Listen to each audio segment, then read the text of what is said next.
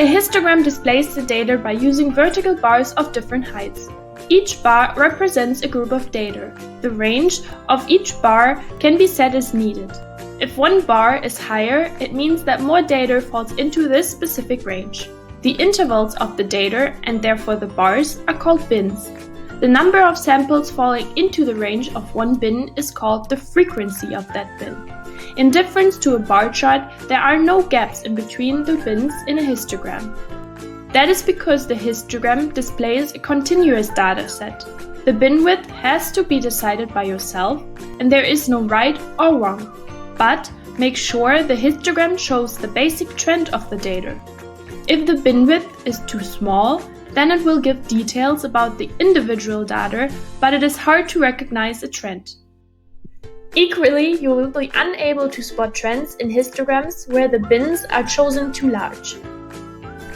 For the histogram, you have to enter the values and the bin range into Excel. Then you click on Data and go on Data Analysis. Here you select Histogram.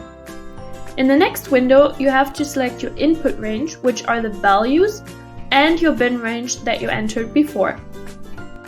Now you select the output range, which is the space where your chart will be, and click on Chart Output.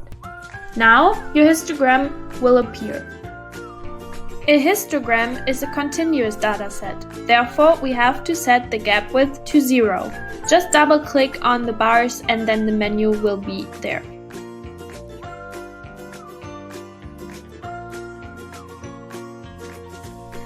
Box and whisker plots, or box plots, are mostly used to compare two or more distributions.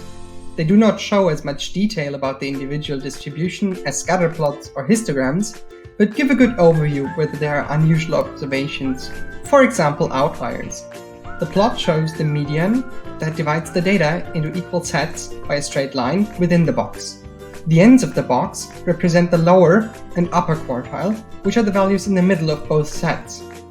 The ends of both lines, so the whiskers, represent the smallest and highest data point.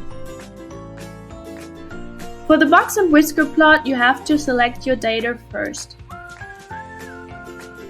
Then you go on Insert and click on the box and whisker plot. First, we add a chart title. In this case, it will be just box and whisker plot.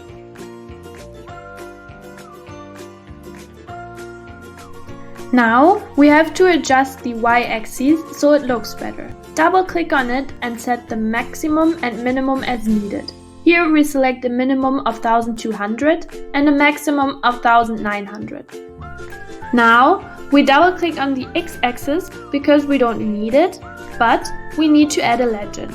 So go on to Add Chart Element and Legend and select the legend where you want it to be.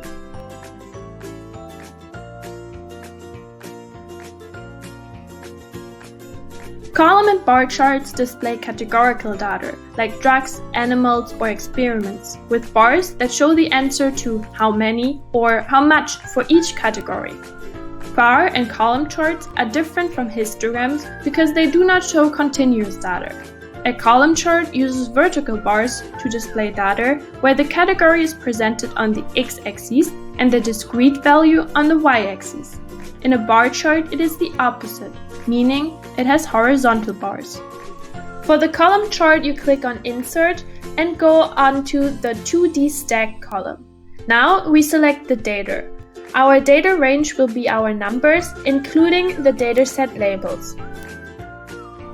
Then we also have to insert our categorical data, which are here the treatment rounds 1 to 4.